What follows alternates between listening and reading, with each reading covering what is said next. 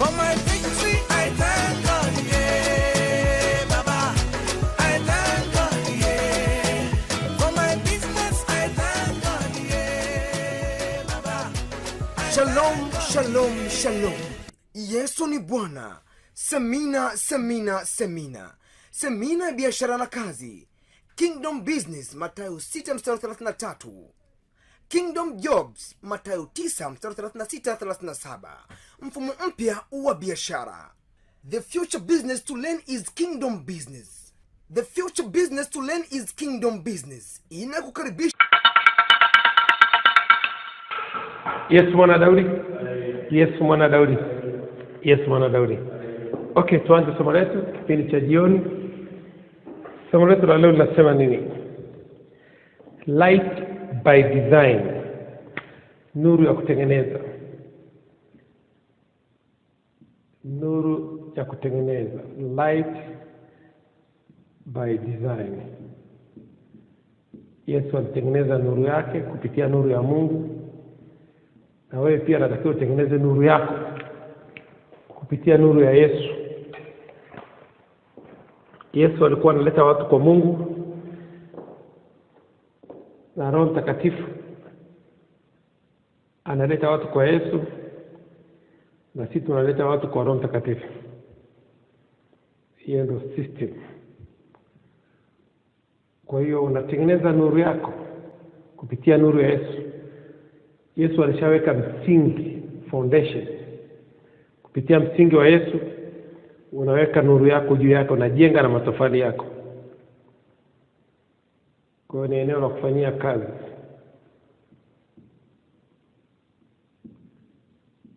Ni eneo la kufanyia kazi. Jinsi baba alivyo na mtoto ndivyo alivyo. Daudi kupitia nuru ya Mungu alitengeneza nuru yake. Kwa hiyo kuna mwanzilishi. Mungu akasema na tufanye mwanadamu kwa mfano wetu ili na sisi tutengeneze vitu. Yesu anasema nifuate, nitakufanya kuwa mvuvi wa watu, nitakutengeneza kuwa mvuvi wa watu. Kwa swala ni kutengeneza watu. Swala ni kutengeneza watu. Hata mtoto wako unamtengeneza ili awe mtu fulani. Kwa hiyo ni eneo la kutengeneza, ndio linalofanywa kazi. Kwa hiyo sasa Mungu alishaanzisha. Mungu alishakuanzishia, anataka wewe umalizie. Mungu alimpa mwanadamu mti, akumpa kiti, anataka utengeneze kiti. Mungu ameachilia nuru yake, anataka ndani ya nuru yake utengeneze nuru yako. Kazi, jukumu tulilopewa ni la kuumba vitu. Mungu ametupa jukumu la kuumba vitu.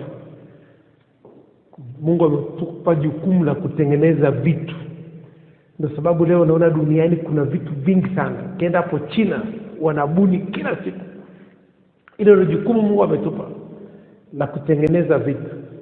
Sasa kama utengenezi vitu, utengenezi watu wakafanya vitu vizuri, wakafundisha watu, utakuwa umetoka nje ya agizo la Mungu kwamba Mungu anataka tutengeneze vitu, tutengeneze na watu.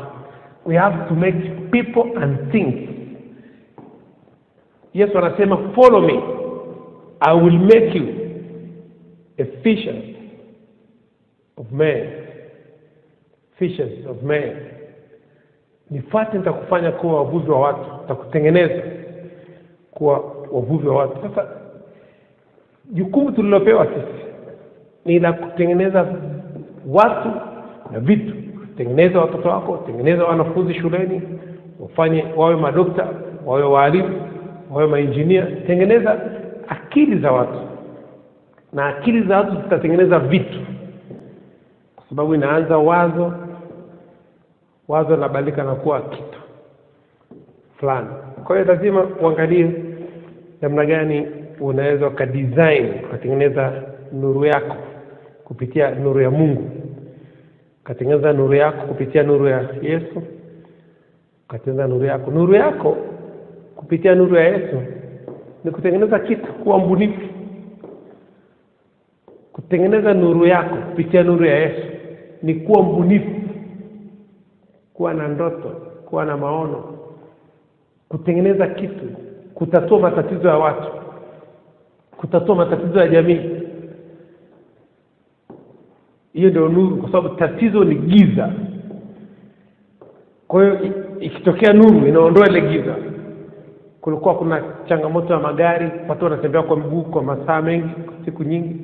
Kuna mtu ile ilikuwa ni giza kutembea kwa miguu, akaja mtu akaleta nuru, akaleta magari, akaleta toyo, akaleta ndege, akaleta meli, watu wakawa wanasafiri na vyombo vya moto.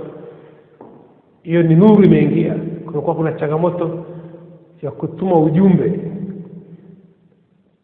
kijiji hadi kijiji. Kuna mtu akaja akatatua changamoto, akatengeneza simu, akatengeneza internet, email. Changamoto zimetatuliwa. Kulikuwa kuna changamoto ya taarifa kufika sehemu nyingine, watu kufikiwa taarifa kutoka sehemu nyingine. Watu wakatengeneza radio, TV. Kwa hiyo sasa lazima uangalie kwamba sisi jukumu letu si la kuumba, kutengeneza vitu.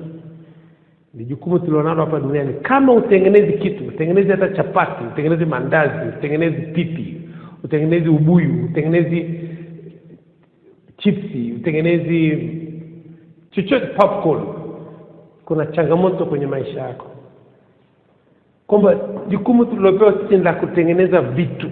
Kitu ambacho tunataka tukiongelea katika kipindi chetu cha jioni ya leo. Kutengeneza vitu. Light by design, nuru ya kutengeneza. Na ukitaka vitu viende kwa urahisi, tumia nuru ya Mungu. Nuru ya Mungu ni neno la Mungu. Tumia neno la Mungu, tumia uumbaji wa Mungu katika kutengeneza vitu. Vyanzo viwili vya kufikiri, vyanzo viwili vya kutengeneza vitu. Unatengeneza vitu, unatengeneza watu kupitia neno la Mungu. Unatengeneza vitu kupitia uumbaji wa Mungu. Nataka unisikilize kwa makini. Vyanzo viwili vya utengenezaji wa vitu. Cha kwanza ni kutengeneza watu. Unatumia neno la Mungu kutengeneza watu.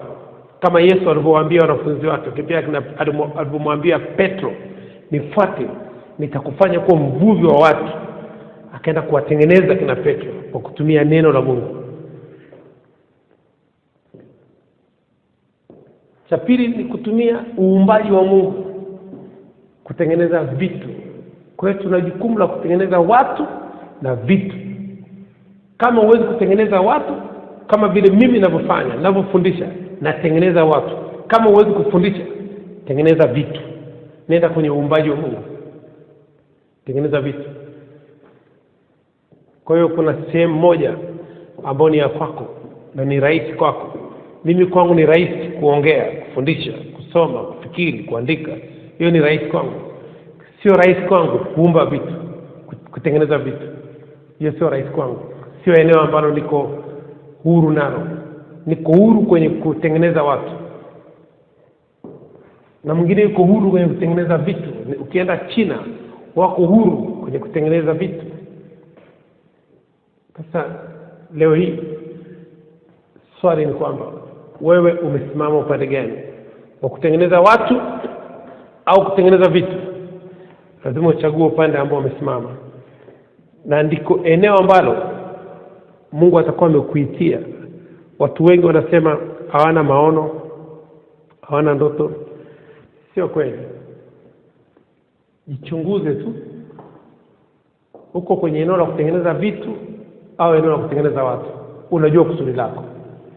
Ni kujichunguza tu. Kachukua muda, ukakaa chini ukafikiri, ukamwambia Roho Mtakatifu, nimeandika pande mbili hizi hapa. Kutengeneza watu namba 1, namba 2 kutengeneza vitu. Roho Mtakatifu, naomba nipe hekima. Nijitambue niko pande gani. Niko kwenye kutengeneza watu au niko kwenye kutengeneza vitu? Kuanzia siku hiyo unajua upande wako. Wewe ni mwalimu, au wewe ni engineer, wewe ni mwalimu au wewe ni fundi. Fundi anatengeneza vitu, mwalimu anatengeneza watu. Kwa hiyo lazima uchunguze ili usiendelee kupoteza muda hapa duniani. Katika kosa kubwa ambalo tunalifanya ni kupoteza muda.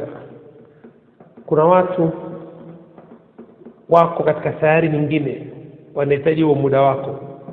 Kuna watu wako kwenye viuno vya watu wanahitaji huo muda wako waje kuishi, kuutumia, alafu wanaochezea. Kuna watu ambao wanahitaji wako kwenye viuno vya watu wanataka kutoka waje kutumia muda hapa duniani. Hawajaweza kupata hiyo fursa uliyopata wewe, lakini wewe unachezea muda. Unachezea muda. Wanasayansi wanasema huwa mbegu za kiume zinatoka nyingi sana, mamilioni, lakini nyingine zote zinakubali kufa, moja tu inakuwa hai, ambao ni wewe na mimi. Wale wengine wote walikuwa wanatamani sana kuwa hapa duniani au kupata hiyo fursa, lakini wewe na mimi tumepata hiyo fursa. Alafu unakuja unachezea muda, unakuja unacheza na muda. Hiyo ni kosa kubwa sana. Utakaporudi utapata changamoto.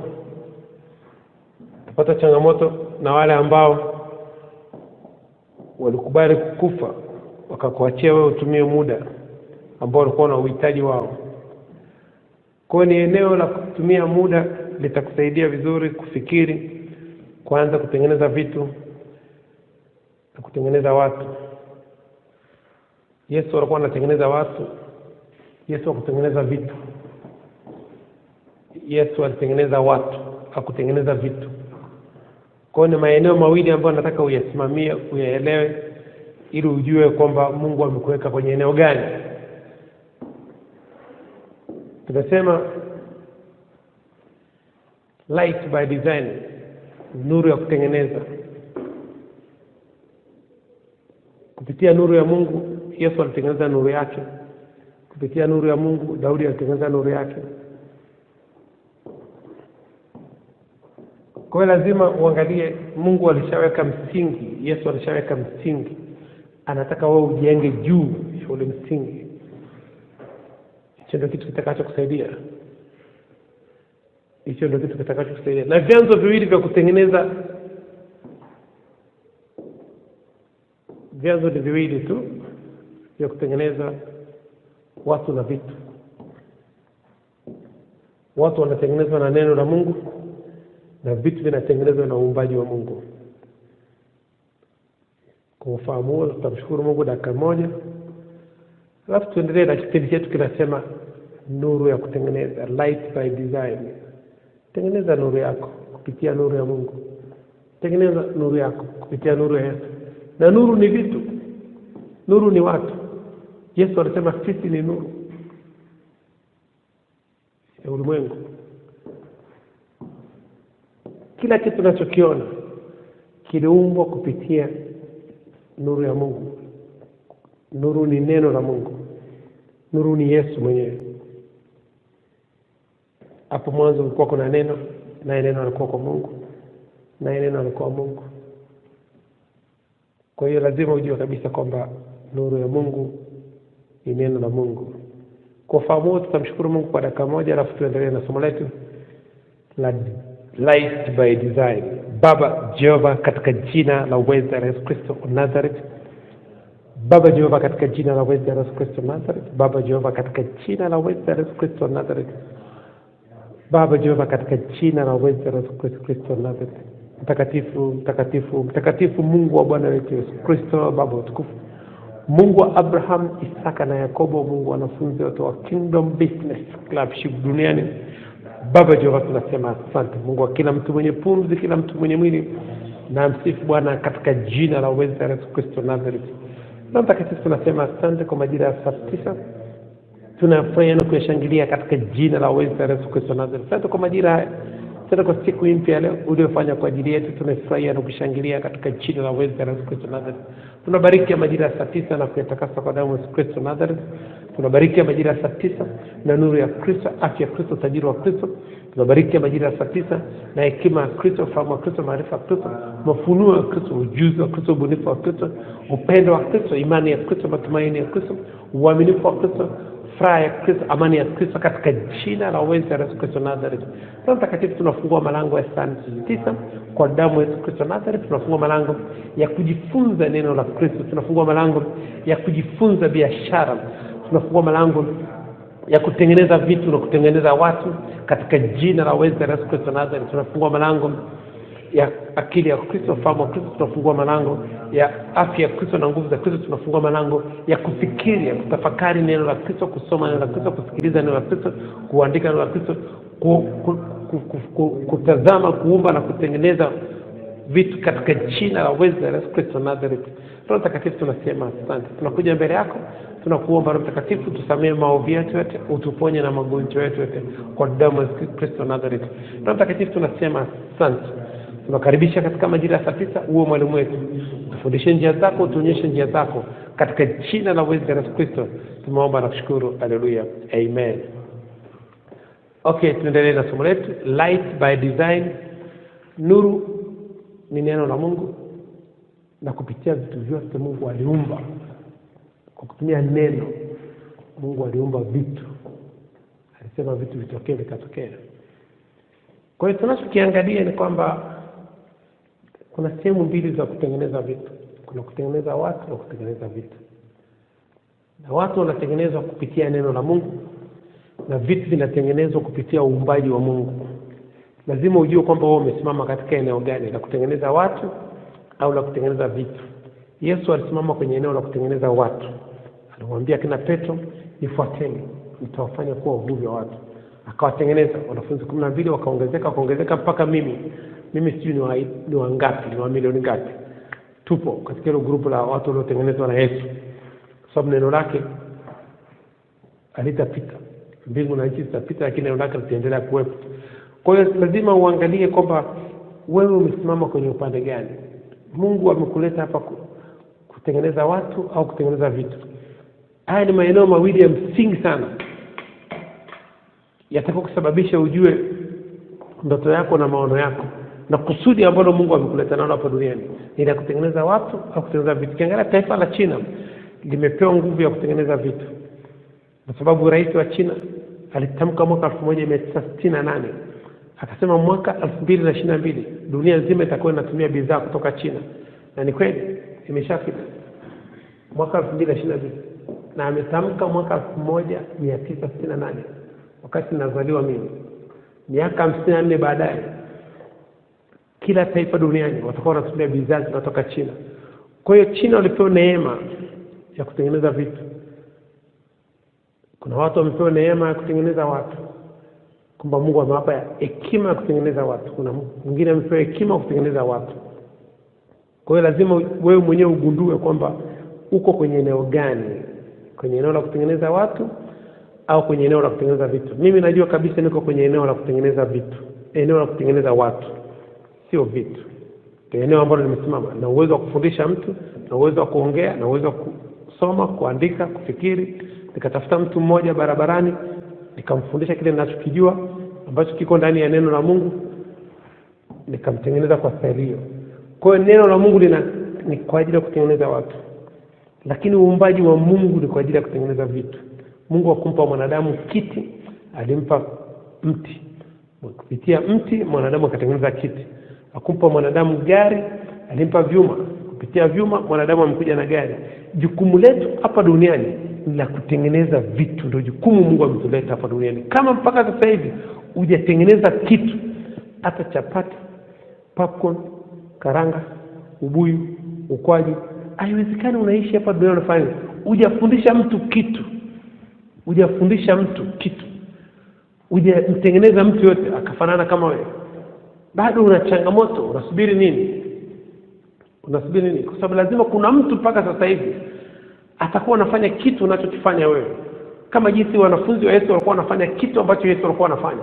Yesu alitupa mfano mzuri, akamwambia jinsi ya kutengeneza watu hawa watakuwa wanafanya kama mimi, watatembea kama mimi, watakuwa na ongea kama mimi, na ndivyo ilivyokuwa. Sasa leo hii lazima uangalie ile eneo ulifanyie kazi kwa kasi. Kwa kasi. Kupitia nuru ya Mungu, Yesu akatengeneza nuru yake. Soma kwenye kitabu cha Mathayo sura ya 8 mstari wa 12. Yesu anasema, basi Yesu akawaambia tena akasema, mimi ndimi nuru ya ulimwengu. Akasema yeye ni nuru ya ulimwengu.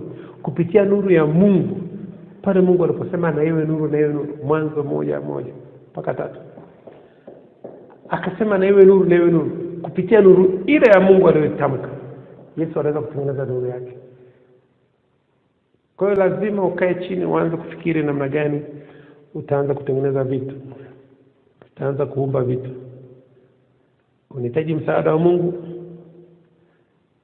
Mungu yupo kwa ajili ya kujibu maombi ya watu, na wale wamtafutao watamuona. Wale wanamtafuta kwa moyo wote, kwa bidii zote, watamuona Mungu. Kwa hiyo lazima ujitahidi uangalie ni eneo gani ambalo unaweza kuanza kutengeneza vitu. Kisoma kitabu cha Zaburi 36 mstari wa 9. Daudi kupitia nuru ya Mungu, Daudi anatengeneza nuru yake. Zaburi 39 mstari wa 9, neno la Mungu linasema nini?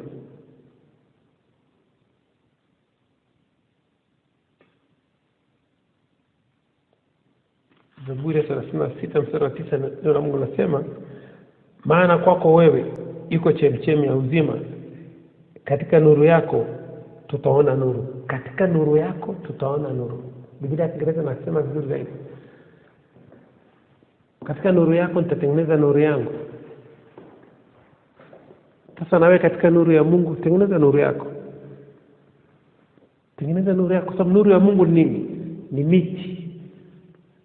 Ndani ya mti tengeneza kitu kupitia ule mti. Nuru ya Mungu ni nini? Kupitia nuru Mungu aliumba vitu vyote. Ndani ya nuru nini? Kupitia machungwa tengeneza juice. Kupitia viazi tengeneza chips. Kupitia ndizi tengeneza juice. Kupitia nuru ya Mungu wewe tengeneza kitu chako pale ambacho utauza utengeneze pesa. Ndicho kitu Mungu anachokitaka. Jukumu letu sisi ni la kutengeneza vitu na watu. Ndio kitu ambacho Mungu ametuletea hapa duniani. Yeye alishatengeneza vya kwake awamu ya kwanza, awamu ya pili unatengeneza wewe. Na alisema atabariki kazi ya mkono wako. Chochote utakachothubutu kukifanya, atatia nguvu yake. Atakibariki, atakitamkia neno. Kwamba lazima ujitahidi kwenye hilo eneo uanze kulifanyia kazi. Kwamba lazima ukiangalia hapo China kila siku wanatengeneza vitu vipya. Nakumbuka kuna kipindi nilikuwa naangalia kwenye television Marekani, ilikuwa mwaka mmoja shirika la chakula Marekani, viwango vya chakula FDA ya Marekani, Food and Drug Administration, walikuwa wanaregister kwa mwaka vyakula ambavyo ni vipya 62,000 kwa mwaka. Vitu vipya vimetengenezwa viwandani vinaregistriwa TFDA, Tanzania Food and Drug Administration, 62,000. Sasa hebu niambie, kwa mwaka na mwaka kesho watatengeneza tena 62,000 nyingine, na mwaka mwingine tena 62,000. Vyakula vinavyopewa leseni kwamba viingie supermarket, vitu huyo ametengeneza karanga, huyo katengeneza juice, huyo katengeneza soda, huyo katengeneza biskuti, huyo katengeneza, zinaingia dukani, vinaenda kupimwa, vinaingizwa madukani. 62,000 kwa mwaka. Sasa hebu niambie, hizo ni bidhaa nyingi sana, na mwaka kesho wanakuja na nyingine mpya. Kwa sababu wanajua kabisa sisi tuliletwa hapa duniani kwa ajili ya kutengeneza vitu. Mungu alishafanya awamu ya kwanza. Awamu ya pili ni ya kwetu. Kwa sababu akasema na tumfanye mwanadamu kwa mfano wetu, naye apate kuumba. Yeye Mungu aumbe, mwanadamu atengeneze. Mungu anaumba, mwanadamu anatengeneza. Mungu anaumba mti, mwanadamu anatengeneza kiti ndani ya mti. Ndio jinsi Mungu, ndio agano la Mungu na agizo la Mungu. Kwa lazima ujue kabisa, sio kwamba kazi hakuna. Kazi zipo, biashara zipo. Jukumu tulilopewa la kutengeneza vitu. Ni kitu gani umetengeneza ukapeleka sokoni? Mungu akaacha kukisajili. Chochote utakachotengeneza kupitia nuru ya Mungu, Mungu atakisajili kiingie sokoni. Kuna watu wametengeneza vitu vingi sana, wamejisajili, Mungu amesajili, vimeingia sokoni. Anayesajili bidhaa yako ni Mungu, kwa sababu Mungu ndiye aliyeumba kile kitu ulichotumia kwa ajili ya wewe kutengenezea hiyo bidhaa. Kwa lazima ujitahidi kuumba, kwa sababu Mungu mwenyewe ndio nuru. Mungu ndio nuru. Mungu ndio nuru ya ulimwengu. Waraka wa kwanza wa Yohana sura ya kwanza mstari wa 5. Waraka wa kwanza wa Yohana sura ya kwanza mstari wa 5, neno la Mungu linasema ni Mungu ndio nuru mwenyewe. Kwa hiyo lazima ujitahidi. Waraka wa kwanza wa Yohana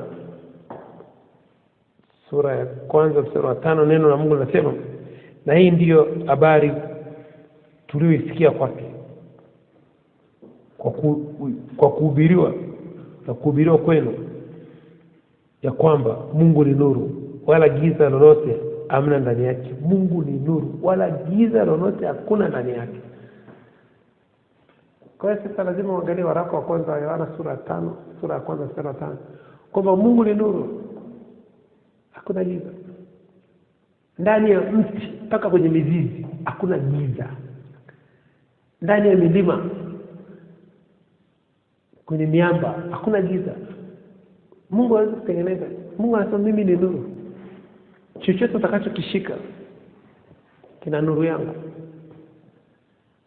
Kwa hiyo lazima ujitahidi kwa ajili ya support ya Mungu. Na ukijaribu, Mungu anamalizia. Ukifanya, Mungu kianza tu, Mungu anamalizia. Mungu anasubiri wewe uanze. Mungu anasubiri wewe uanze. Mungu ni nuru na Mungu ni upendo. Kwa hiyo hivi vitu viwili vinakwenda sambamba. Na nuru ya Mungu ni akili ya Mungu. Na roho ya Mungu ndio moyo wa Mungu. Spirit of God is the heart of God.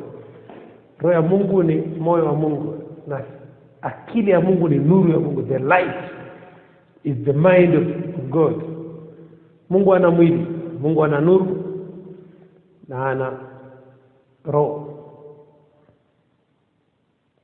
So Mungu ni roho, God is the spirit. Mungu ana mwili. Kwa sababu mtu yote ambaye akikutana na Mungu anabadilika sura. Anakuwa anang'aa kama nyota, kama jua. Musa aling'aa kama jua, Yesu aling'aa kama jua. Kwa hiyo lazima ujue kabisa kwamba Mungu, akili ya Mungu, wakati Mungu anahamishia akili yake kwenye akili yako, unabadilika sura. Hata wakati Yesu alikuwa anahamishia akili yake kwa wanafunzi wake, walibadilika sura, wakafanana kama Yesu. Kwa sababu Yesu ni nuru ya ulimwengu.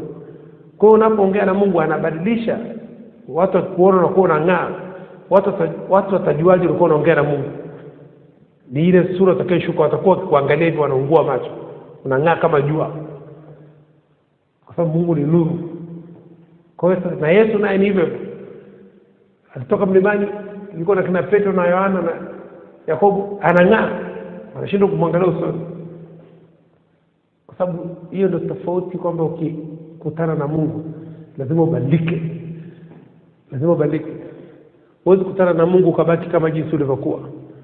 Utakuwa mtu mwingine tofauti. Encounter with God. Ukikutana na Mungu unabadilika, unabadilika. Kwa lazima ujue kabisa kwamba Musa alibadilika alipotoka mlimani kuongea na Mungu. Kutoka 34 mstari wa 29 mpaka 35. Kutoka 24, kutoka 34 mstari wa 29 mpaka 35. Neno la Mungu linasema nini?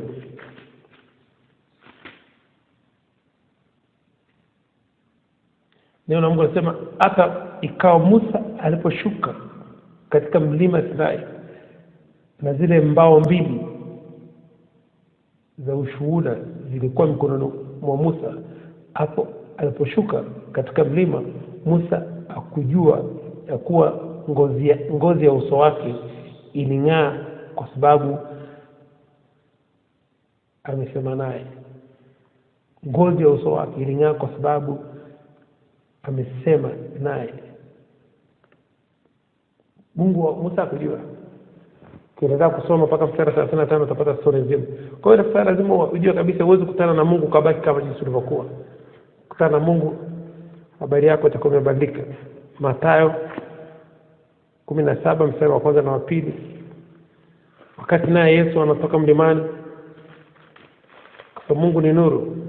Mathayo 17 mstari wa kwanza na wa pili, neno la Mungu linasema, na baada ya siku 6 Yesu akawatoa Petro, Yakobo na Yohana nduguye, akawaleta juu ya mlima mrefu faragani. Akageuka sura yake mbele yao, uso wake ukang'aa kama jua. Uso wake ukang'aa kama jua. Kwa huwezi kukutana na Mungu kabaki jinsi ulivyo. Utang'aa. Kwa sasa Mungu anataka wewe uumbe vitu. Uumbe vitu, kutengeneza vitu.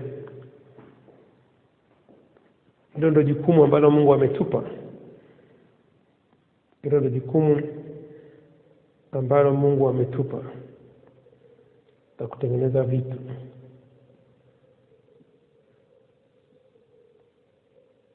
Na ni vizuri, na pia tunaposema kwamba nuru ni akili ya Mungu na roho ndio moyo wa Mungu, lazima muombe Mungu akupe nuru. Nuru ni mawazo ya kiungu.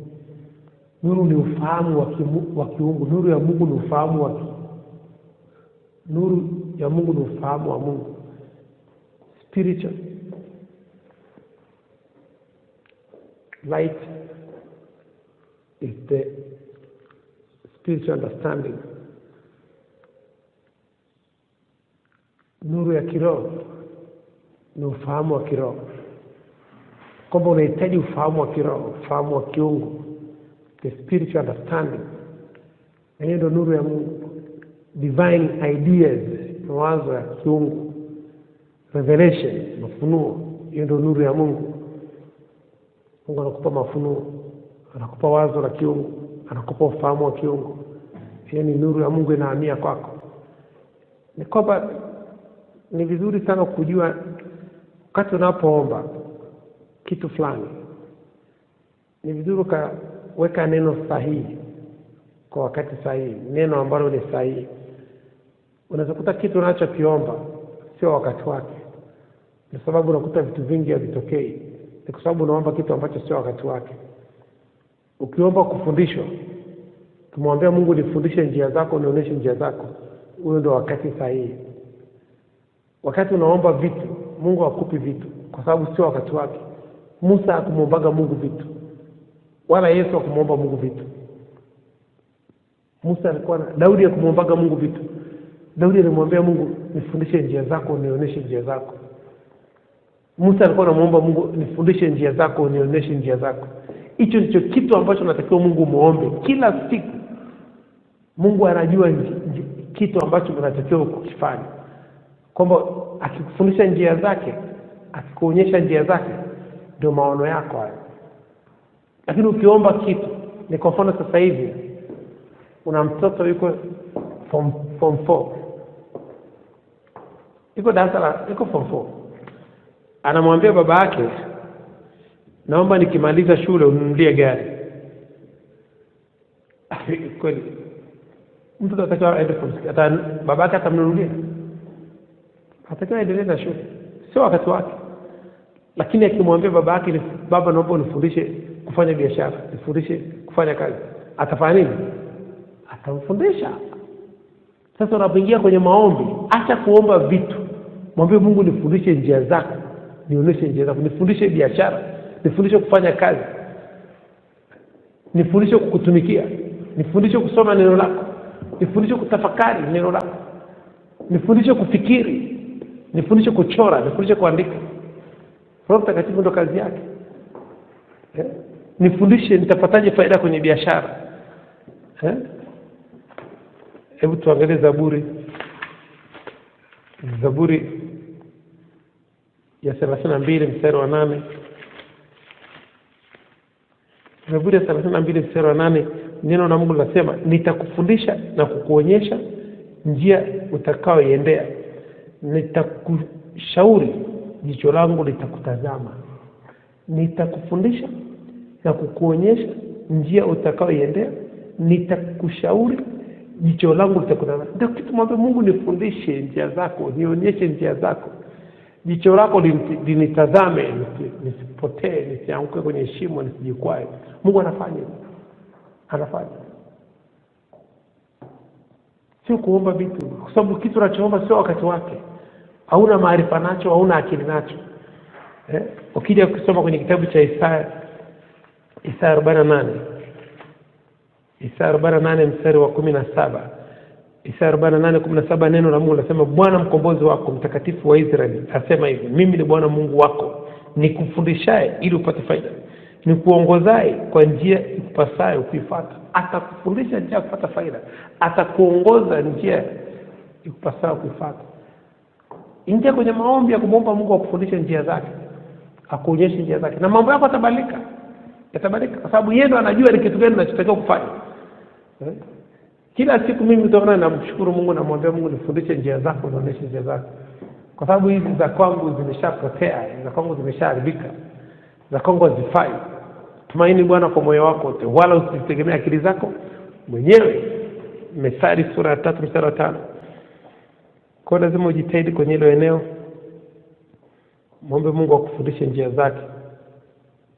Muombe Mungu, nifundishe njia zako, unionyeshe njia zako. Ndivyo itakavyokuwa vizuri.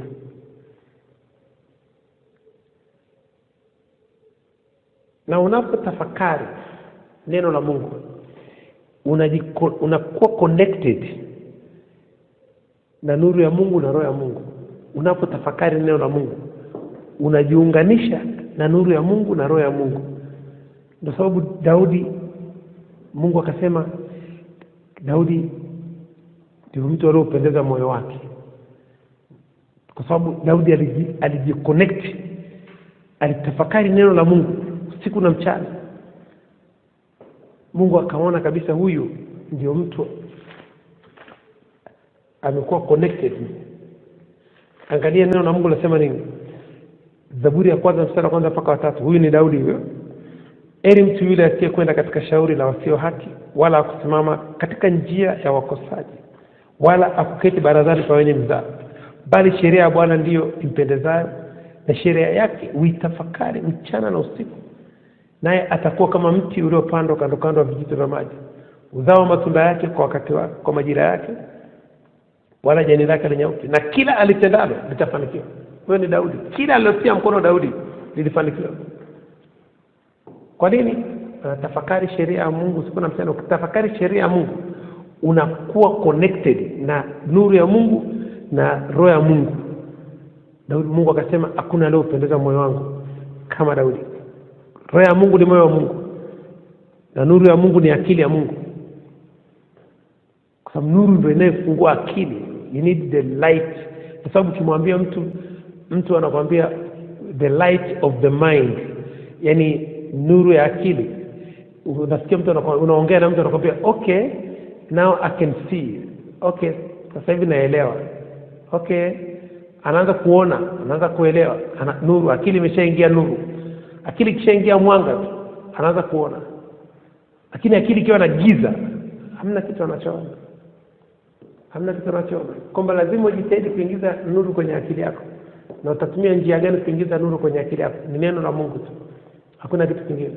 Ukisoma neno la Mungu, kusikiliza mahubiri, imani uje kwa kusikia. Imani ni nuru. Sababu ukiwa na imani kidogo tu, kama chembe ya haradali, unaweza kuhamisha mlima. Ukiwa na nuru kidogo, kama doti, kama chembe ya haradali, unaweza kuhamisha mlima.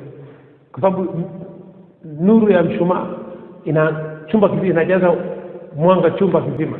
Ina maana chumba kizima kilikuwa kimejaa giza, na hilo giza ni kama mlima, lakini nuru kidogo tu ya mshumaa ya njiti moja kibiriti inaleta mwanga kwenye rumu nzima. Jinsi gani unaweza kuhamisha giza kwa kutumia njiti ya kibiriti? Ukahamisha giza kwa kutumia tochi ya simu. Ukahamisha giza kwa kutumia mshumaa. Mlima wa giza unauondoa kwa mshumaa. Mlima wa giza unauondoa kwa njiti ya kibiriti. Mlima wa giza unauondoa kwa tochi ya simu.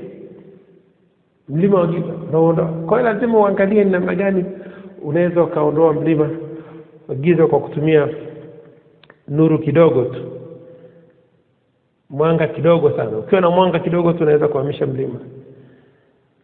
Tuangalie kitabu cha Danieli 12 mstari wa 3. Danieli 12:3, neno la Mungu linasema nini?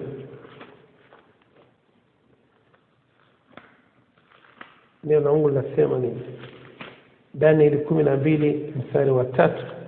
Neno la Mungu linasema, na walio na hekima watang'aa kama mwangaza wa anga, na hao waongozao wengi kutenda haki watang'aa kama nyota milele hata milele.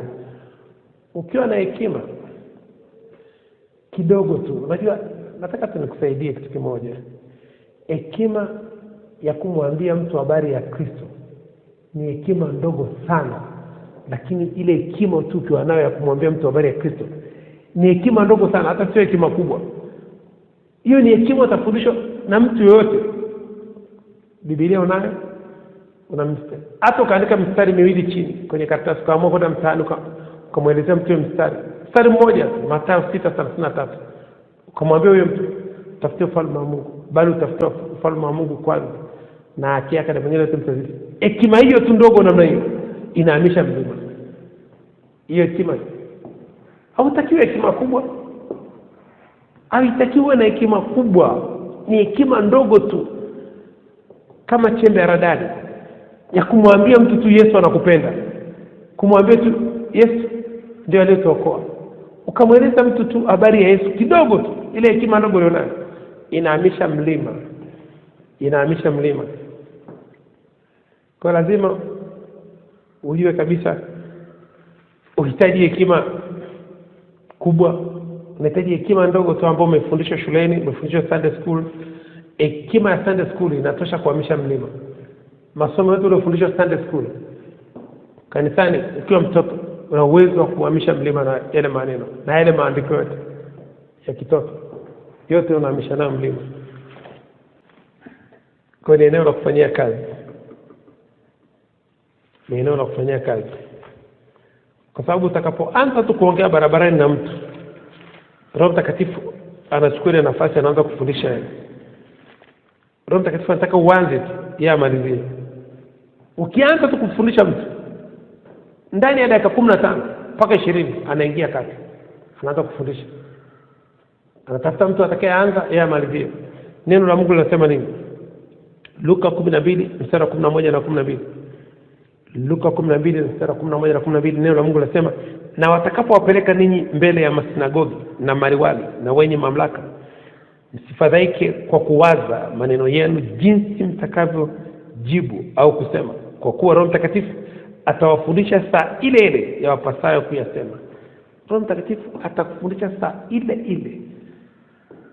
Kwamba hekima ya kuleta watu kwa Kristo ni hekima ndogo sana, sio hekima kubwa. Sio hekima kubwa, ndogo sana. Kwa sababu hiyo hekima ndogo inahamisha mlima. Inahamisha mlima. Tafute hekima kubwa. Utafute degree ya kwenda kusomea theology, kusomea uchungaji, kusomea uinjilisti kwa ajili ya kumwambia mtu habari ya Kristo barabarani. Mungu hahitaji hiyo. Yuko Roho Mtakatifu. Ndio mwalimu. Wewe anataka uanze tu. Ukianza kuongea tu, anaanza kuingia kwenye ule mwili wako, anatumia ule mwili kufundisha yule mtu. Kwa sababu Roho Mtakatifu bila wewe hawezi kufundisha. Hakuna kitu Mungu anaweza kufanya kwenye dunia bila kuingia kwa mwanadamu. Anataka kuondoa wana wa Israeli kule Misri, aliingia kwa Musa.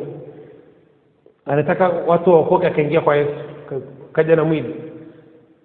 Anatumia kila mtu. anemtaka. Tumia Abraham, tumia Daudi, tumia kila mtu. Akitaka kufanya jambo lolote duniani anaingia kwa mtu. Mungu ana mwili, anatumia mwili wako. Tuko pamoja.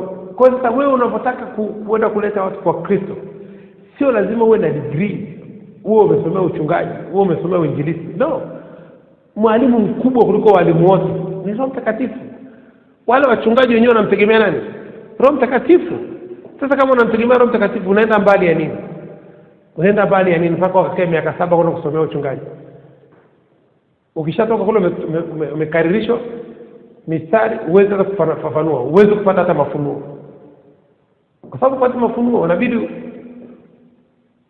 utafsiri Biblia. Utafute andiko huko linasema hivi, tafsiri andiko lingine linasema hivi. Kupata mafunuo hamna. Kwa mafunuo anakupa Roho Mtakatifu. Na lazima uanze zoezi la kutumia Roho Mtakatifu ili uweze kupata mafunuo. Yohana sura ya 14:26 neno la Mungu linasema nini? Yohana 14:26 neno la Mungu linasema, lakini huyo msaidizi, huyo Roho Mtakatifu ambaye Baba atampeleka kwa jina langu, atawafundisha yote na kuwakumbusha yote niliyowaambia. Roho Mtakatifu atatufundisha yote na kutukumbusha yote. Hivi vitu vyote tunavyofundisha tayari tumeshafundishwa kabla hata tujaje hapa duniani. Mungu ni Alfa na Omega. Mungu anaanza mwisho anakwenda mwanzo. Tulishafundishwa kwanza ndo tukaleta huko duniani. Hii Biblia nzima ilishawekwa kwenye akili yetu. Ndio tukaleta huko duniani tukaambia soma sasa. Kwenda mkafundisha. Tayari iko kwenye akili. Kwa sababu Roho Mtakatifu anaweza kuingia ndani yako akasoma Biblia iliyoko ndani ya akili yako. Anaingia kwenye akili yako anasoma Biblia iliyoko ndani ya akili yako. Unaweza kuona mtu anatoa utabiri, anatoa nabii, anaongea vitu vikubwa tu. Watu wanasema kwamba huyu mtu mbona hii hekima kapata kama Yesu. Yesu alikuwa anaongea vitu vikubwa sana. Mpaka wanasema hii hekima ameitoa wapi? Na miujiza hii ameitoa wapi? Mathayo 13:54. Mathayo 13:54 neno la Mungu linasema nini? Na alipofika nchi yake akawafundisha katika sinagogi lao, hata wakashangaa wakasema, huyu amepata wapi hekima hii na miujiza hii? Ni kwa sababu kabla Yesu hajazaliwa duniani, hii Biblia ilishabani kwenye kichwa chake, iko kwenye kichwa chake. Miujiza ilishaingizwa kwenye kichwa chake. Kwa hiyo sasa wakati amekuja huko duniani, Roho Mtakatifu alipokuwa yuko ndani yake, anasoma tu vitu vilivyoko ndani ya akili ya Yesu. Yesu anatamka. Roho Mtakatifu kazi yake ni kusoma, Yesu yeye anaongea. Roho Mtakatifu akiongea, Yesu anatenda. Ndio jinsi ilivyo. Na kitu ambacho Roho Mtakatifu alichokifanya kwa Yesu, amefanyia kila mtu. Hata mimi ninacho, wewe unacho. Kwamba yeye anataka tu wewe ukiongea, yeye akisoma, wewe unafanya. Anasoma, wewe unaandika. Anasoma kwenye kichwa chako, wewe unaandika. Ndio jinsi Roho Mtakatifu alivyo. Kwa hiyo sasa tukapewa nafasi nyingine ya kujikumbusha, tukapewa Biblia kabisa. Tukapewa someni hiyo hapo. Hiyo Biblia someni maandiko. Unao ile ya kwanza ambayo niwekwa. Okay, kama umesahau soma hiyo. Ili kile kilichoko kwenye akili yako, Roho Mtakatifu anasoma, wewe unaandika. Anasoma, wewe unatenda. Ndio jinsi ilivyo. Akisoma tu kwenye akili yako, unaona kwa mfano umekaa nyumbani. Kuna kitu ambacho Roho Mtakatifu amesoma kwenye akili yako. Anakwambia nenda kanisani. Unaamka unaondoka unaenda kanisani. Umeelewa? Anasoma kwenye akili yako. Anakwambia nenda mahali fulani. Unaamka unaenda mahali fulani. Ni kama jinsi Mungu alivyoweka ratiba ya Musa kutoa wana wa Israeli kwenye kichwa chake. Mungu anasoma, Musa anafanya. Mungu akisoma, Musa anafanya. Alipomwambia Abraham ondoka nyumbani kwa baba yake, ameshaweka ramani kwenye kichwa cha Musa. Mungu anasoma ramani, Abraham anaondoka. Musa akisoma ramani, Mungu akisoma ramani kwenye kichwa cha Abraham anakata kona, anakata kushoto, anakata kulia. Ndio jinsi Mungu anasoma. Kwa sababu kuna ile sauti ndogo utaisikia. Utasikia. Kwa sababu Mungu akishabani CD kwenye kichwa chako, yeye kazi yake ana play, wewe unacheza. Tuko pamoja? Ameshaibani CD kwenye akili yako. Yeye ana play, wewe unacheza. Wewe umeshaona mtu anacheza muziki. Kitu gani kinasababisha mtu anacheza muziki? Ile rhythm. Kuna mtu kabonyeza button kwenye akili ya yule mtu. Yule mtu unaona anaanza kutingisha kichwa, anaanza kutingisha miguu, anasimama, anaanza kudansi. Unasema mtu ni kichaa. Hapana, sio kichaa. Kuna mtu kwa press button kwenye akili yake, ule muziki unaimba, anaanza kucheza. Kwa hiyo lazima ujitahidi kuipata nuru ya Mungu ili uweze kung'aa. Kwa sababu nuru ikishatokea kwenye akili yako unaanza kung'aa. Kuna gharama ya kulipa kwa ajili ya kutafuta nuru. Kuna gharama ya kulipa. Na gharama ya kulipa kutafuta nuru ni muda. Tumia muda kulipia gharama ya kutafuta nuru. Methali sura ya 4 mstari wa 18. Methali 4:18 neno la Mungu linasema, bali njia ya wenye haki ni kama nuru ing'aayo, ikizidi kung'aa hata mchana mkamilifu. Nuru inayong'aa mchana mkamilifu, sio nuru inayong'aa usiku, inayong'aa mchana. Tumeona kwenye kitabu cha Danieli tumesoma kwenye huko anakuambia nuru ing'aayo mchana. Tumesoma kwenye kitabu cha Danieli inasema, na walio na hekima watang'aa kama mwangaza wa anga, na hao waongozao wengi kwenda kutenda haki watang'aa kama nyota milele na milele. Watu wanaoongoza watu kutenda haki watang'aa kama nyota milele na milele. Kuongoza watu kutenda haki, wasiibie serikali, wasidhulumu watu, wasiibe, wasiseme uongo, watang'aa kama nyota. Huku neno la Mungu linasema, bali njia ya mwenye haki ni kama nuru ing'aayo, ikizidi kung'aa hata mchana mkamilifu. Bali njia ya mwenye haki, kwamba lazima njia zako ziwe nzuri. Na njia ya mwenye haki ni imani. Ukiwa na imani unampendeza Mungu. Ukiwa na imani unampendeza Mungu. Kwa hiyo ni eneo ambalo inabidi ulifanyie kazi ili uweze kutengeneza nuru yako. Nuru yako utaitengeneza tu pale utakapotenda haki. Ukiwa unatenda haki, unaongoza watu kutenda haki, unatengeneza nuru kwenye akili yako, unatengeneza maono, ndoto. Mawazo ya Mungu yanaanza kushuka kwenye akili yako. Giza linaanza kuondoka kwenye akili. Kwa sababu hofu sio kitu kinachoishi. Na adui wa hofu ni muda. Hofu ukiona kitu fulani umekifanya kwa muda mrefu inaondoka. Unajua huyu mtu ana akili. Adui wa hofu ni muda. Sio imani, ni muda. Kwa sababu kuna mtu anaweza kuwa na imani ya muda mfupi tu, ya dakika chache tu, na isiondoe hofu. So ukiwa na imani ya muda mrefu, hofu haikai, inaondoka. Hofu ikiona umezidi kufanya hicho kitu, unakifanya, unarudia, inaondoka. Hofu ikiona unasoma Biblia kila siku, inaondoka. Hofu ikiona wewe ni mtu wa kuthubutu, inaondoka. Inanyanyasa. Hofu ikiona wewe ni mtu unayefikiri mwenyewe, unafikiri sana, inaondoka. Hofu inakaa kwa watu ambao wafikiri, inaonea sana watu ambao wafikiri, watu waoga, watu ambao hawezi kufanya maamuzi. Hofu inawaonea sana. Na hofu sio kitu kinachoishi. Akiishi, lakini kinaogopesha watu. Wewe unaishi lakini hofu haiishi. Hofu haina uhai, ndugu yangu. Hofu ni kitu kinapita tu. Hakuna kitu kinakufa haraka kama hofu. Hofu inakufa haraka sana. Ikifika kwa mtu, hofu ya corona Tanzania imekufa haraka sana. Imekufa haraka sana. Imekutana tu na mtu mmoja tu, Magufuli, akaiua. Kwa hiyo sasa lazima uangalie namna gani unaweza ukaimaliza hofu ili uweze kuanza kuumba vitu, kutengeneza vitu.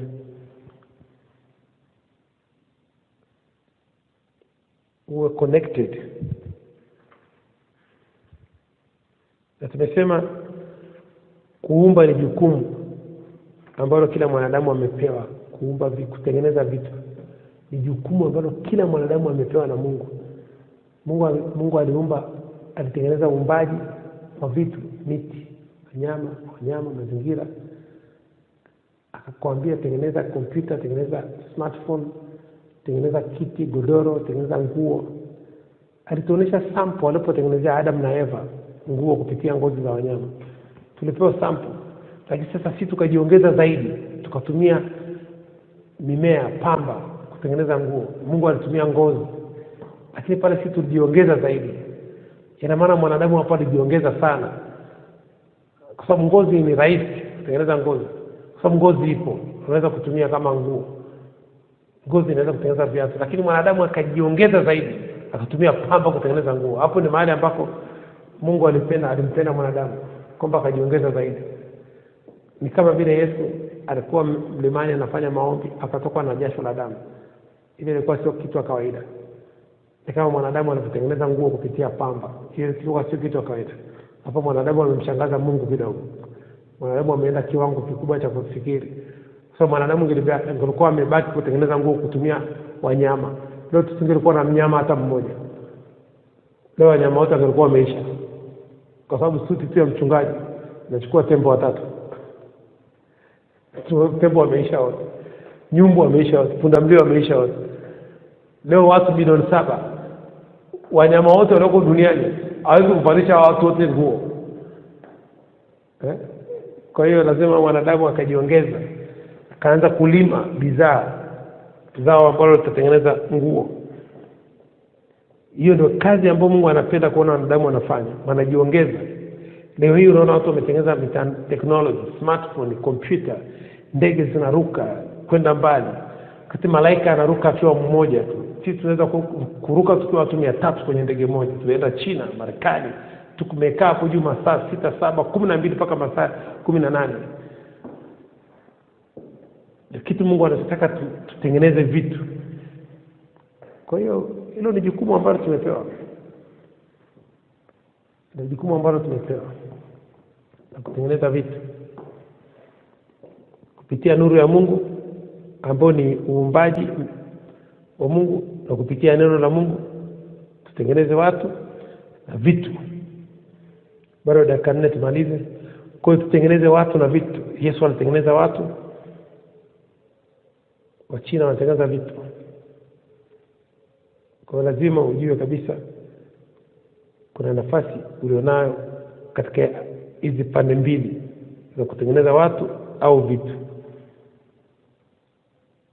Uchague nafasi yako ili usipoteze muda hapa duniani. Ukiondoka hapa kuna kitu umeacha. Umeacha hata sauti yako basi. Kuna watu walikuwa wanafundisha kwa rekodi yuko kwenye mtandao. Unakuta unaondoka hapa kuna kitu umeacha.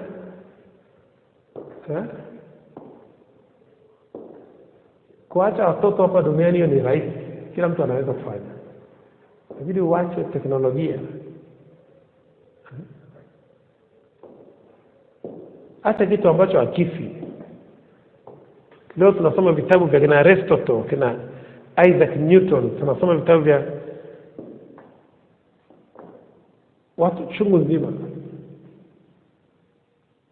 Mwaka 1800, 500, 600 tunasoma vitabu vyao. Washakufa siku nyingi lakini bado wanaishi. Akili zao bado zinaishi kwa duniani. Kina Aristotle. Kwa philosopher wengi tu, thinkers wengi tunasoma vitabu vyao leo. Na maneno yao yanatumika. Kina Martin Luther King. Bado wanaishi, maneno yao yanatumika. Bado jumbe zao zinatumika, ziko hewani. Sauti zao zipo mpaka leo. Ni kwa nini? Kuna kitu wameacha. Sasa na wewe lazima ujitahidi uache kitu hapa duniani. Tengeneza kitu au tengeneza watu.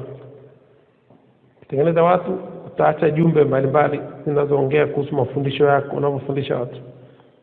Sisi tuna rekodi kila siku, tunatuma kila siku. Naamini hata siku nikifa bado ujumbe wangu utabaki hewani. Kuna watu watakuwa wanasikiliza. Kuna watu watakuwa wanasikiliza. Lakini ukiwa unafanya vitu ambavyo ukifa na wewe na wenyewe vimekufa, hapana, hiyo haijakaa vizuri. Coca-Cola hayupo leo duniani. Haina Coca-Cola ipo. Colgate hayupo. Toyota hayupo. Lakini magari yake yanaendeshwa mpaka kesho. Na gari la mwaka 2030 limeshatengenezwa.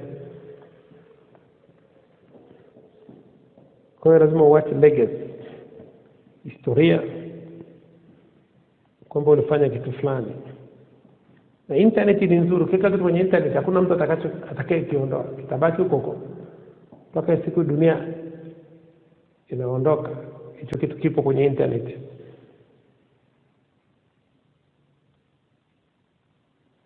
Kwa hiyo watu wa Mungu, muda wangu umeisha. Saa 8:59. Somo letu tulikuwa tunasema nini? Light by design, nuru ya kutengeneza.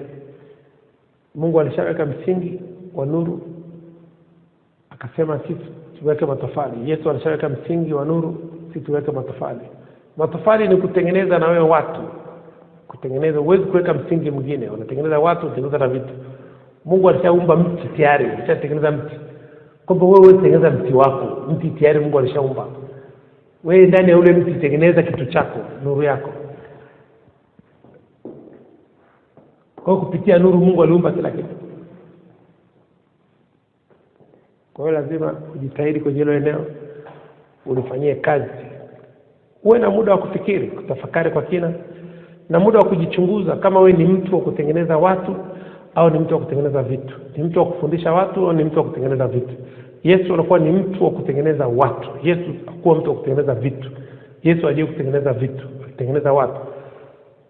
Kwa hiyo lazima ujijue, kuna watu wanatengeneza watu, kuna watu wanatengeneza vitu. Mimi sio mtu wa kutengeneza vitu, mimi ni mtu wa kutengeneza watu. Baada ya kujitambua, nafanyia kazi eneo langu la kutengeneza watu. Nikitembea barabarani nikikuta mtu anafanya biashara katika njia ambayo sio nzuri, nasimama namfundisha, nimtengeneze. Nikiona mtoto wa mtu anafanya kitu kibaya barabarani, nasimama namtengeneza. Nikiona chochote ambacho kijakaa vizuri ndani ya mtu, nasimama namtengeneza. Mtengeneze. Kwa hiyo ndio kitu ambacho nimeitiwa, kutengeneza watu, sio vitu. Kiona kuna mtu anapitia kwenye changamoto fulani, namtengeneza. Kazi yangu ya kutengeneza watu. Kama Yesu alikuwa anatengeneza watu, mimi mwenyewe nimetengenezwa na Yesu ili nitengeneze watu.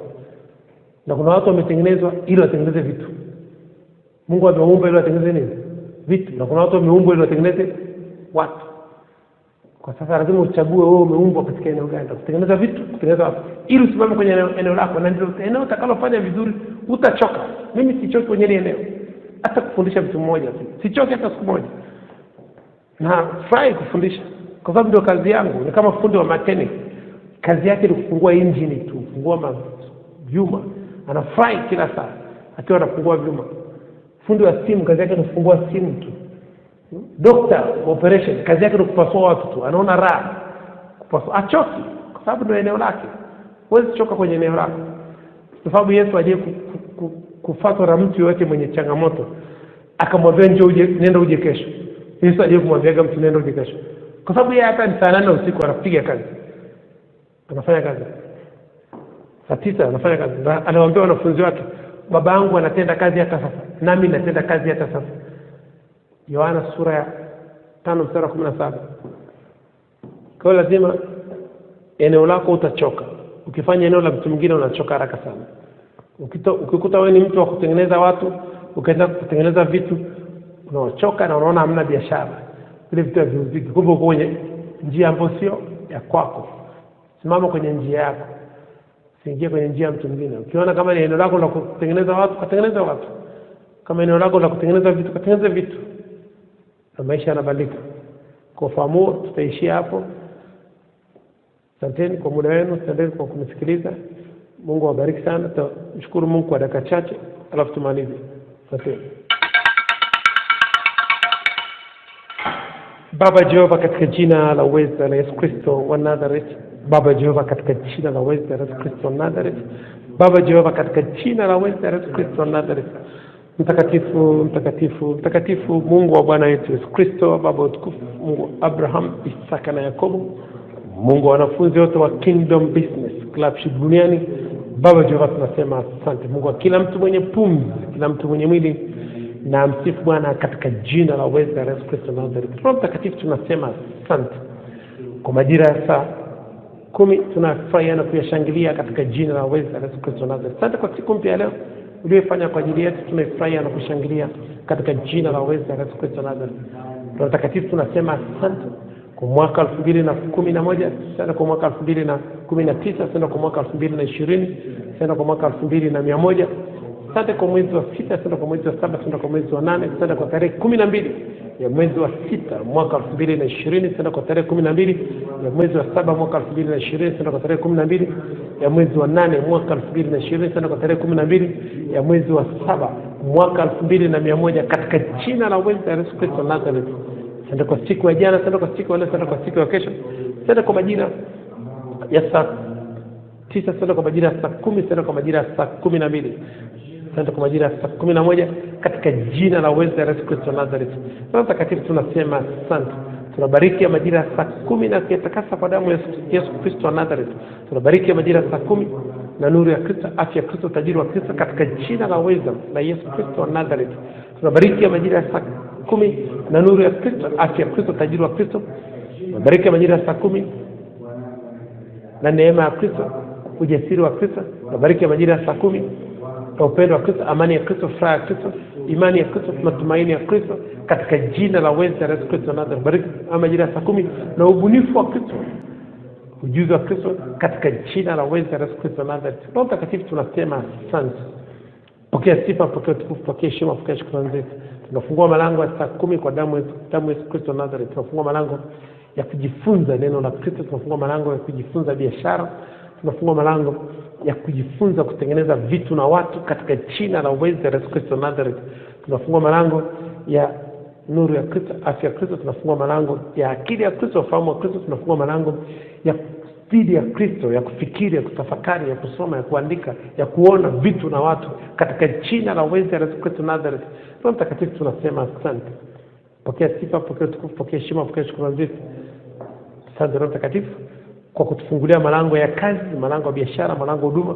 Asante kwa kutufungulia malango ya wanafunzi wa Kristo katika huduma, wateja wa Kristo katika biashara. Asante Roho Mtakatifu kwa kutufungulia malango ya wasaidizi wa maono yetu, wasaidizi wa ndoto zetu.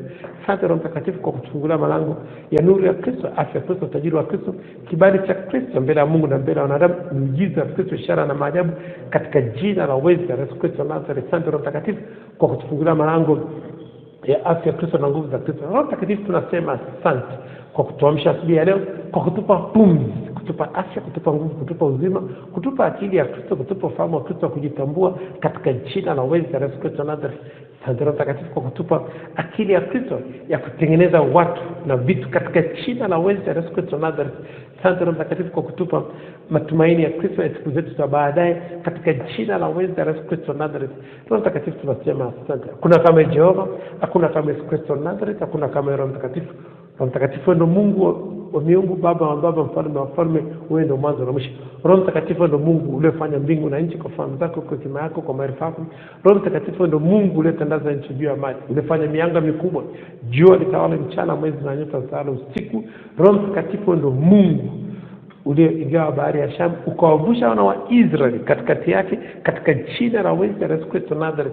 Roho Mtakatifu ndio Mungu ulioongoza wana wa Israeli jangwani, ukakipa kila kiumbe chakula chake. Roho Mtakatifu ndio Mungu ulioua wazaliwa wa kwanza wa Misri, ukaua wafalme mashuhuri. Roho Mtakatifu ndio Mungu uliyesema na iwe nuru, na iwe nuru, na ikawa nuru, katika jina la uweza la Yesu Kristo Nazareth.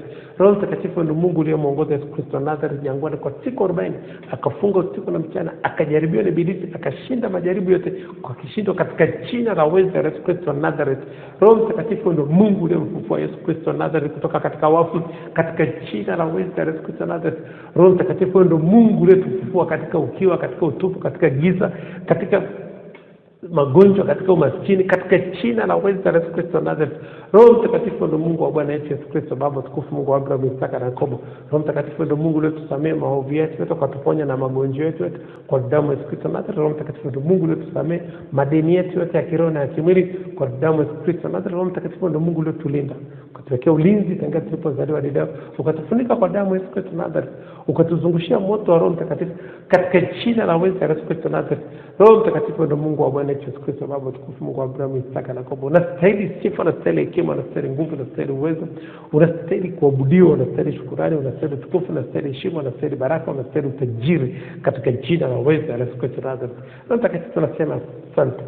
Kwa majira ya saa 10 tunakaribisha huo mwalimu wetu, tufundishe njia zako, tuonyeshe njia zako, Asante Roho Mtakatifu kwa kujibu maombi yetu. Tunaamini na tumepokea katika jina la uweza la Yesu Kristo Nazareth. Roho Mtakatifu, tunakuja mbele yako, tunasema asante kwa majira ya saa 10. Asante kwa ajili ya watumishi wako walioko mahali hapa na wanaotusikiliza kupitia njia ya mtandao. Neno lako linasema abarikiwe yeye asomaye na kusikiliza maneno ya unabii na kuyashika ndio andiko humo, kwa maana wakati karibu. Roho Mtakatifu, watumishi wako walioko mahali hapa wametoa muda wao kusoma neno lako, kusikiliza neno lako, kuandika neno lako. Roho Mtakatifu, ninakuomba bariki kazi za mikono yao, bariki biashara zao, bariki huduma zao, bariki ndoa zao, bariki nyumba zao, bariki familia zao, bariki wateja wao katika biashara, bariki wanafunzi wao katika huduma, bariki muda wao, bariki imani zao, bariki fikra zao, wakapate kutengeneza watu na vitu katika jina la uweza la Yesu Kristo Nazareth. Bariki chochote watakachofikiri katika mawazo yao, watakachoshika katika mikono yao, kikapate kuonekana, kikapate kukua katika jina la uweza la Yesu Kristo Nazareth. Roho Mtakatifu, tunasema asante kwa kujibu maombi yetu. Tunaamini na tumepokea katika jina la uweza la Yesu Kristo Nazareth. Roho Mtakatifu, tunakaribisha tena katika majira ya saa 10 katika vipindi vinavyoendelea. Uwe mwalimu wetu, tufundishe njia zako, tuonyeshe njia zako, tupe akili ya Kristo, tupate ufahamu wa Kristo, tupe akili ya Kristo, tupate akili ya Kristo ya kutafuta kwanza ufalme wa Mungu na haki yake, na mengine yote tutazidishiwa. Tupe akili ya Kristo, tupate akili ya Kristo ya kukomboa wakati, kwa maana zamani hizi ni za uovu, katika jina la uweza la Yesu Kristo Nazareth. Utupe akili ya Kristo, tupate akili ya Kristo ya kutengeneza watu na vitu, katika jina la uweza la Yesu Kristo Nazareth. Tupe akili ya Kristo, tupate akili ya Kristo ya kumtumikia Mungu, kufanya kazi ya Yesu, kazi ya Adam na kazi ya Injili, katika jina la uweza la Yesu Kristo Nazareth. Roho Mtakatifu, tunasema asante kwa kujibu maombi yetu. Tunaamini na tumepokea katika jina la uweza la Yesu Kristo Nazareth. Roho Mtakatifu, tunakaribisha katika majira saa 10. Uwe mwalimu wetu, tufundishe njia zako, tuonyeshe njia zako. Karibu Roho Mtakatifu, katika jina la uweza la Yesu Kristo Nazareth tunaomba na kushukuru. Haleluya, amen. Okay, tunaenda kwenye sala ya toba dakika moja. Tutasema Yesu mwana Daudi mara 3. Nikisema jina langu Bilmush, nasema jina lako. Turudia maneno: Yesu mwana Daudi, Yesu mwana Daudi, Yesu mwana Daudi, mimi Bilmush. Naomba nirehemu, naomba nirehemu, naomba nirehemu. Unisamee makosa yangu yote, unisamee dhambi zangu zote, unisamee maovu yangu yote, uniponye na magonjwa yangu yote, unisafishe kwa damu yako takatifu. Kuanzia leo ninakiri nimekuwa kiumbe kipya, ya kale yamepita. Futa jina langu kwenye kitabu cha mauti, andika jina langu kwenye kitabu cha uzima. Asante Mungu kwa kunipenda. Asante Yesu Kristo Nazareth kwa kuniokoa. Asante Roho Mtakatifu kwa kunifundisha. Asante malaika wa Mungu kwa kunilinda, katika jina la uweza la Yesu Kristo wa Nazareth. Haleluya, amen. Tarudia maneno nikisema jina langu bila mwisho, nasema jina lako. Turudia maneno: hakika miujiza ya Kristo, ishara na maajabu zitanifuata mimi bila mwisho siku zote za maisha yangu, nami nitakaa nyumbani mwa Bwana milele na milele. Haleluya, amen. Tajirika na muda, tumia muda kibiashara. Asanteni, Mungu awabariki sana.